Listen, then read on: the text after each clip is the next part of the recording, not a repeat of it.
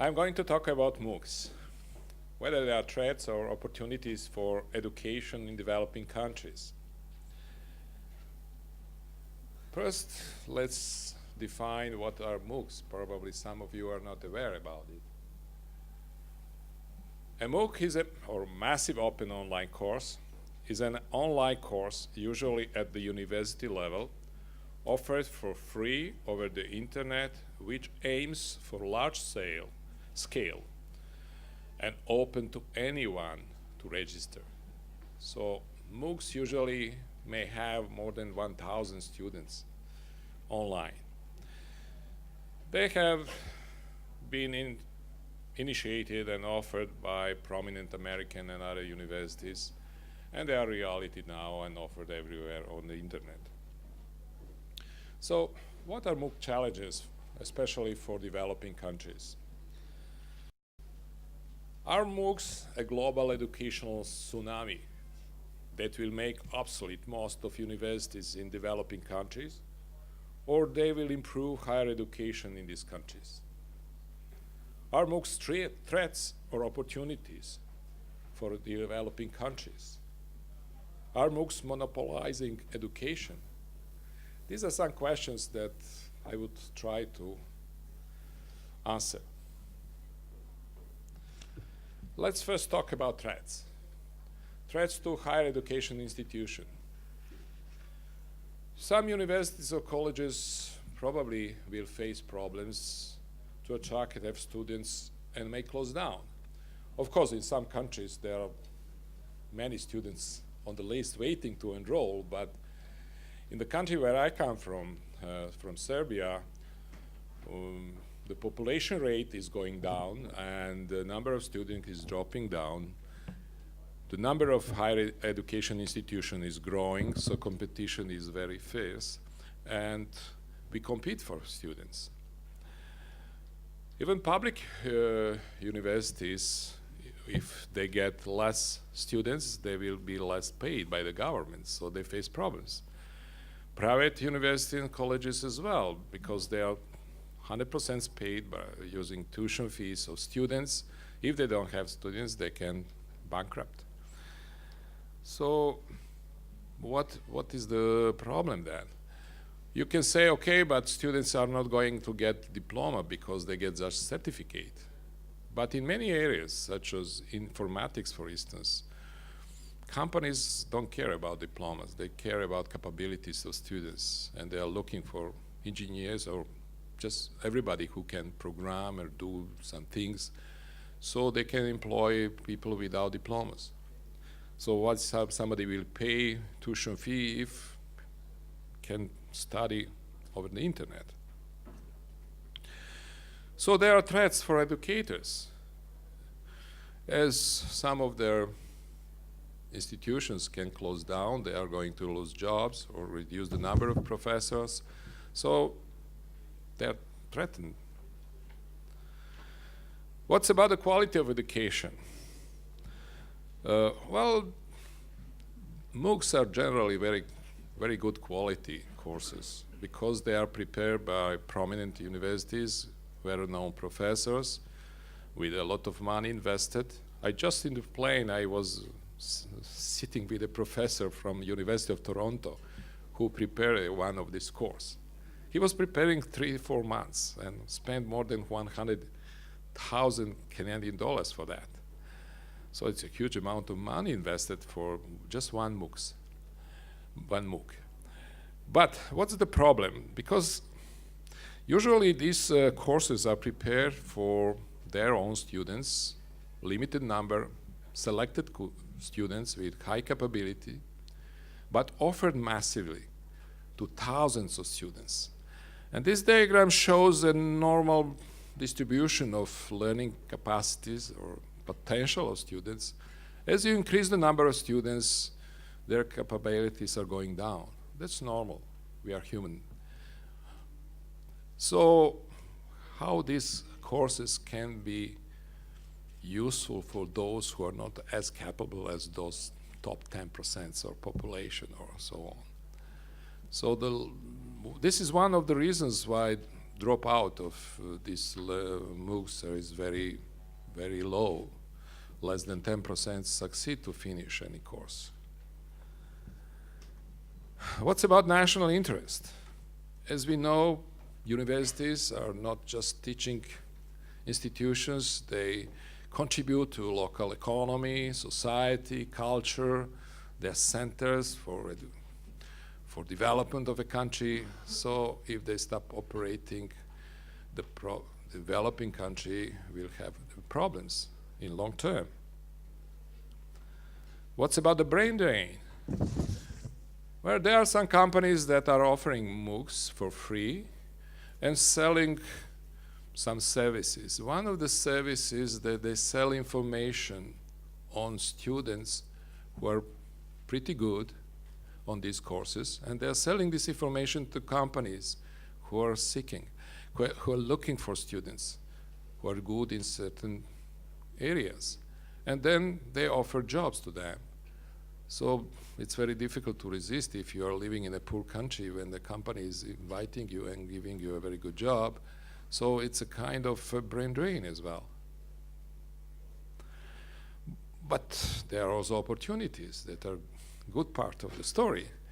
For instance, for students, but it's only small fraction of students who are good enough to follow all these courses, they can learn a lot using these very quality courses.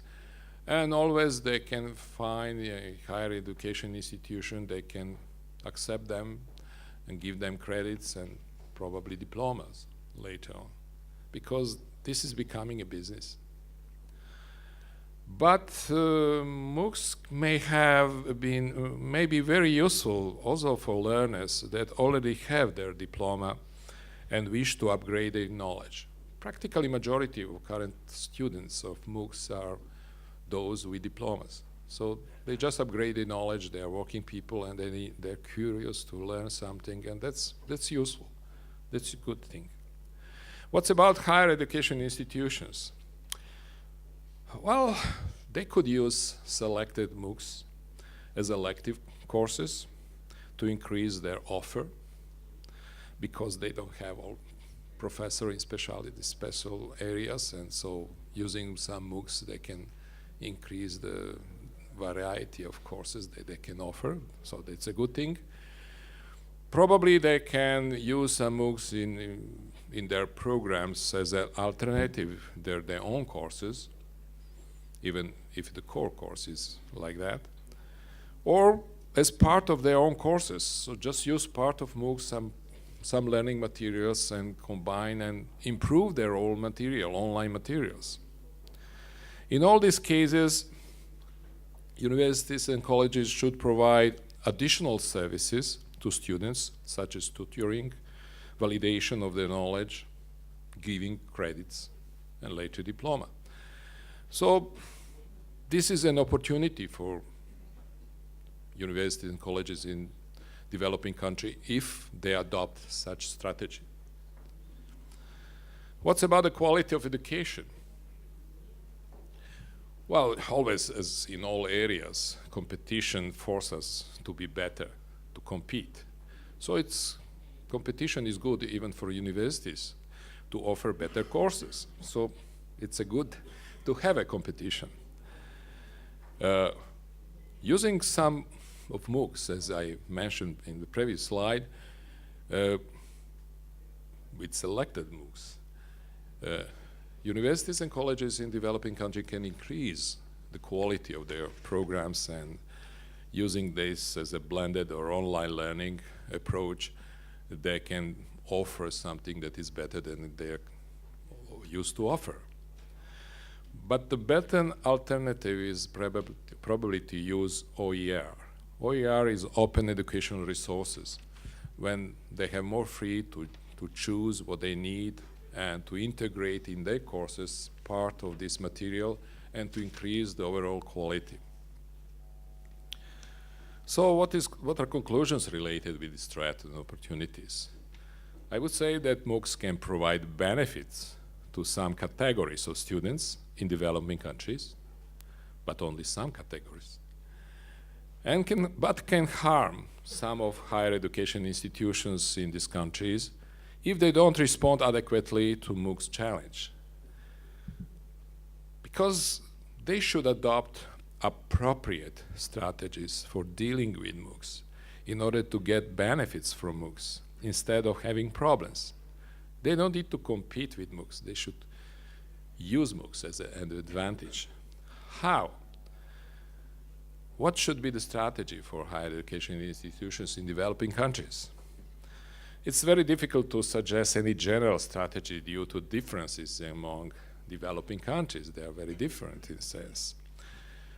But they should adopt some possible ideas and measures when developing their specific strategies. I will try to just propose some of this. How to improve their quality? First, of course, they should organize in-class education using small study groups, collaborative, problem-oriented, and active learning approaches, because MOOCs cannot provide this. So use what is your advantage: small group, interactions with students, problem-based learning, active approach with students, and so on. Then offer online or blended educational courses, but with high interactions and student involvement. That's what is lacking in MOOCs, because there are thousands of students. Professor cannot interact much. Use this, because you have probably a few hundred students or 1,000 students, so it's easier to do it. So this is an advantage then. Offer courses that correspond with learning capabilities of the students and with local context and culture. What is good in Stanford probably is not good in another small country. So students are different. For instance, this curve about capabilities, what's about courses for different categories of students? So that we don't offer one for many, but many to many.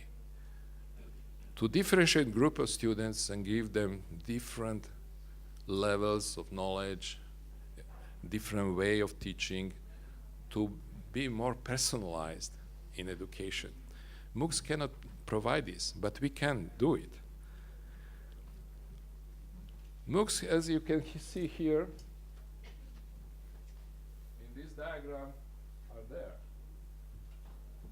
But if you implement problem-driven learning or personalized learning, that is not possible to be offered by MOOCs because of the massification of education by MOOCs. This is advantage for smaller universities in developing countries to go directly one-to-one or group per group and provide the personalized way of learning. Of course, this can be achieved only using online technologies. Also, I suggest they combine OER in their own learning materials, because then they can produce better courses with higher quality, but with less reduced cost. Higher education institutions in developing countries could share their learning materials bilaterally or multilaterally, exchanging or developing joint repositories of materials so that they improve the quality and reduce the cost. Higher education institutions may use selected MOOCs as elective courses or even as core courses if they fit to their curricula. But they need to provide tutoring, additional assignments to students if necessary, validation of students' acquired knowledge, such as exams, give credits, and so on. So final remarks, I would say that education cannot be a massive and cannot be a global industry. Students differ significantly. Designers of courses should offer appropriate courses to different categories of students. Local higher education institutions know best their target student population, and they should offer appropriate courses. They should combine OER, MOOCs, and their own material by doing that.